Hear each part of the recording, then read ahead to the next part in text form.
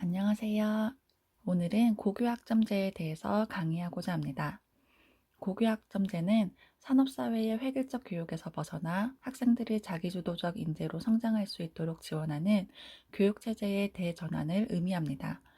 교육부는 지난 2월 고교학점제 종합추진계획을 발표했는데 2025년 고교학점제 전면 적용을 통해 학생 한 명 한 명에 대한 맞춤형 교육을 구현하겠다라는 비전과 함께 구체적인 실행 방안을 제시했습니다. 그에 대비해서 현재 고교학점제 연구학교, 선도학교가 운영되고 있습니다. 교육부에서 정의하고 있는 고교학점제는 진로와 적성에 따라 다양한 과목을 선택 이수하고 누적 학점이 기준에 도달하면 졸업을 인정받는 교육과정 이수 운영 제도라고 설명되어 있습니다. 이 고교학점제라는 주제가 면접 문제로 나온다면 어떻게 대비해야 할까요? 고교학점제는 새롭게 도입되는 정책인 만큼 먼저 고교학점제가 무엇인지 이해하고 그 이해를 바탕으로 고교학점제에 따른 학교의 변화를 알고 그에 따른 교사의 역할, 학생의 변화가 무엇인지 생각해 보아야 합니다. 더 나아가 고교학점제가 시행되었을 때 선생님은 어떤 과목을 개설하고 싶은지도 생각해 봅시다. 먼저 고교학점제를 이해하기 위해 고교학점제가 왜 시행되게 되었는지 알아보겠습니다. 첫째, 미래사회의 변화에 대비하기 위해서입니다. 과학기술의 발전, 학령인구 감소 등으로 우리 사회 구조는 급격한 변화를 맞이하고 있는데요. 4차 산업혁명으로 인공지능, 사물인터넷 등 정보통신기술의 발달로 인해 기계가 인간을 대신할 수 있는 일이 많아지며 학생들이 진로를 설계하고 개척할 수 있도록 하는 교육체제 마련이 필요해졌습니다. 또 인구구조의 변화로 학령 인구가 감소함에 따라 모든 학생에게 동일한 교육을 제공하고 비슷한 인재를 양성해내는 것보다 학생 한 명 한 명의 잠재력과 역량을 키우는 교육이 필요해졌다고 볼 수 있습니다. 둘째, 현재 우리 교육의 문제점을 해결하기 위해서입니다. 지금 학교는 학생의 적성과 소질과는 무관하게 수능 중심의 획일화된 교육과 지나친 서열화로 인해 학생들의 학습 의욕과 동기가 저하되어 있습니다. 또한 국영수 성취도가 높은 학생들이 진로에 유리하고 나머지는 영포자, 수포자가 되어서 좌절감과 소외감을 느끼고 있습니다. 이런 문제를 해결하기 위한 교육이 필요하기 때문에 고교학점제가 등장하게 된 것입니다. 그러면 즉 고교학점제는 현재 우리 교육의 문제점을 해결하며 미래 사회를 대비하기 위해 시행된 제도로서 학생들이 적성과 소질에 맞는 교육을 받아 자신이 희망하는 진로를 체계적으로 준비해서 미래 사회를 주체적으로 살 수 있도록 돕는 데 목적이 있는 것입니다. 간단하게 학생들이 진로와 적성에 따라 수업을 듣도록 하기 위함입니다. 자, 그럼 고교학점제의 운영 체계에 대해서도 한번 알아보겠습니다. 이것은 외우고자 하는 것이 아닌 고교학점제를 전반적으로 이해하기 위함임을 알려드립니다. 교육부 고교학점제 정책 자료에서 발췌한 내용인데요. 고교학점제의 운영 체계는 7단계로 이루어져 있습니다. 먼저 1단계는 학생 맞춤형으로 다양한 과목을 개설합니다. 2단계는 진로, 학습 상담을 통해 학생 개별의 진로 설계 및 학습 계획을 수립합니다. 3단계는 그에 따라 수강 신청을 합니다.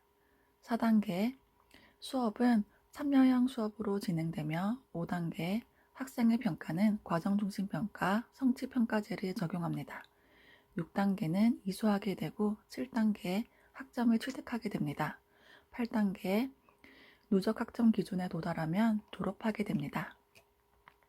자, 이렇게 운영 체계만 봐도 고교학점제는 지금 기존의 교육과정과는 많이 다름을 알 수 있습니다.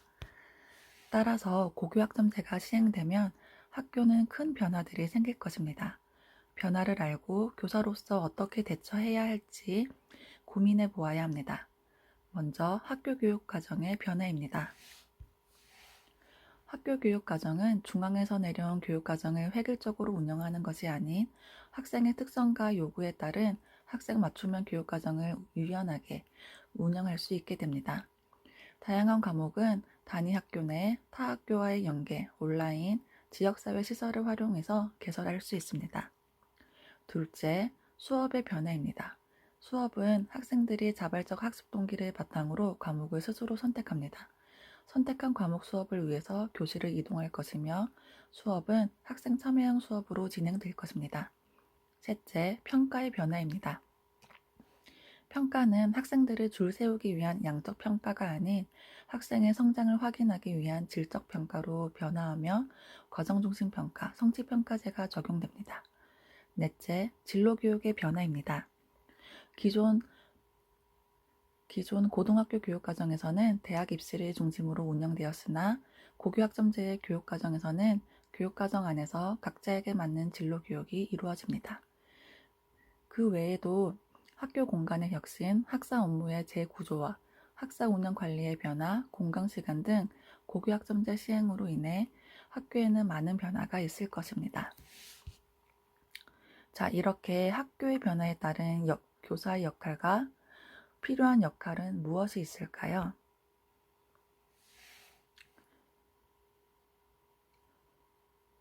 학교의 변화에 따라 한번 살펴봅시다. 첫째, 학교의 교육과정이 학생 맞춤형으로 다양한 과목이 개설된다고 했습니다. 이에 따른 선생님의 역할은 무엇일까요? 바로 미래교육 방향에 따른 교육과정을 실천하는 역량이 필요하겠습니다. 둘째, 수업 평가의 변화에 따라서 교사는 수업 평가에 대한 전문성이 더더욱 필요합니다. 교사는 수업 연구, 자료 개발 등을 통해 학생의 적성과 소질에 맞는 수업을 개설할 수 있어야 하며 질문, 대화, 토의 토론 등의 학습 경험을 제공하고 이를 토대로 학생의 성장 과정을 평가할 수 있어야 합니다. 셋째, 교육과정에서 진로교육이 중요해짐에 따라 진로에 따른 학업 설계를 위한 조언과 안내자 역할이 필요합니다. 예를 들면 아카데믹 어드바이저가 있습니다. 학생의 진로에 따라 이수해야 할 과목을 안내하고 교육과정 이수 이력 관리 및 지도를 할 수 있어야 합니다. 담임선생님의 역할 변화도 이와 비슷합니다. 학생들을 한 반에 두고 지시 전달 관리하는 것이 아니라 학생의 선택을 도와주는 안내자, 조언자가 되어야 합니다. 그럼 학생은 어떤 변화를 맞이할까요? 첫째, 자신의 소질과 적성, 진로에 맞춘 선택형 교육과정과 학생 참여형 수업으로 학생들의 참여도와 성취도가 높아질 것입니다. 따라서 잠자는 교실이 아닌 깨어있는 교실이 되겠죠. 둘째, 자신의 진로에 맞추어 과목을 선택하고 설계하는 배움의 주체가 돼서 자기주도적인 학습자가 될 것이며 책임감 또한 배울 수 있습니다. 고교학점제에 대한 학생들의 변화를 이해하기 위해서 영구선도 학교로 고교학점제를 미리 경험한 학생들의 영상을 보실 것을 추천합니다. 유튜브에서 B와 D 사이의 17이라는 영상을 참고해 주세요. 다음 카페에 추가 자료로 올려두겠습니다. 꼭 영상을 참고해 주세요. 선생님은 고교학점제가 실시된다면 어떤 과목을 개설하고 싶으신가요? 한번 생각해 볼 필요가 있습니다. 교육부에서 운영하는 고교학점제 사이트에 들어가시면 선생님의 교과군에 따른 선택 과목의 예시와 과목 안내서가 있으니 한번 찾아보시고 생각해 두시길 바랍니다. 다음 카페에 추가 자료로 링크와 함께 과목 안내서 파일을 올려두겠습니다. 꼭 봐주셨으면 좋겠습니다. 그럼 고교학점제의 장점도 알아보면 첫째, 개개인의 수준, 적성, 진로에 맞는 학습이 가능해집니다. 지금까지 고등학생들은 주어진 교육과정에 따라 수업을 들었습니다. 하지만 고교학점제가 시행되면 학생들은 진로에 따라 원하는 과목을 선택해서 수업을 듣기 때문에 각자 진로에 맞는 학습을 할 수 있게 됩니다. 둘째, 학생 참여도, 학업 성취도가 증진될 수 있습니다. 고교학점제 운영 시 학생이 주도적으로 직접 선택하고 수업에 참여하기 때문에 높은 수업 참여도와 성취도를 기대할 수 있습니다. 그러면 고교학점제가 시행된다면 어려운 점과 이에 대한 해결 방안도 알아보겠습니다. 먼저 학생 측면인데 첫째, 진로가 명확하지 않을 때 과목 선택이 어려워질 수 있습니다. 이에 대한 해결 방안은 99쪽을 참고해 주세요. 첫째, 학생 개인 맞춤형 진로 지도를 실시할 수 있고, 둘째, 자기주도적 학습에 대한 교육, 셋째, 학생의 과목 선택 및 수강에 있어서 책임감을 가질 수 있도록 교육할 수 있습니다. 그럼 다음으로 학생 측면에서 어려운 점 두 번째는 공강 시간 활용에 대한 어려움이 생길 수 있습니다. 이에 대한 방안은 첫째, 공강 시간을 위한 학교 내 다양한 시설을 구축할 수 있고, 둘째, 공강 시간을 교육적으로 활용하기 위한 대안을 제시해 줄 수 있습니다. 그러면 교사 측면에서 어려운 점 첫 번째는 진로 진학 상담 경험과 역량이 부족할 수 있습니다.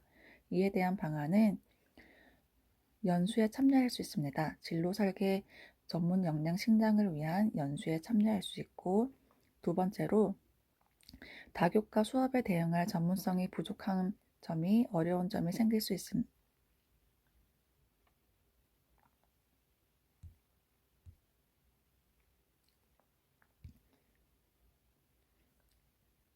그럼 다음으로 교사의 측면에서 어려운 점들이 어떤 것들이 있는지 보겠습니다. 교사 측면에서는 첫째, 진로 진학 상담 경험과 역량이 부족할 수 있습니다. 이에 대한 해결 방안은 진로 설계 전문 역량을 신장을 위한 연수에 참여할 수 있고, 다교과 수업에 대응할 전문성이 부족해질 수가 있는데, 이거에 대한 방안 또한 다교과 지도를 위한 연수 프로그램에 참여할 수 있습니다. 세 번째로 어려운 점은 업무 과중으로 인한 피로도가 증가할 수 있습니다. 이에 대한 방안으로는 첫째, 전담 행정요원 배치 및 효율적 행정 업무 시스템이 필요해질 수 있고, 둘째,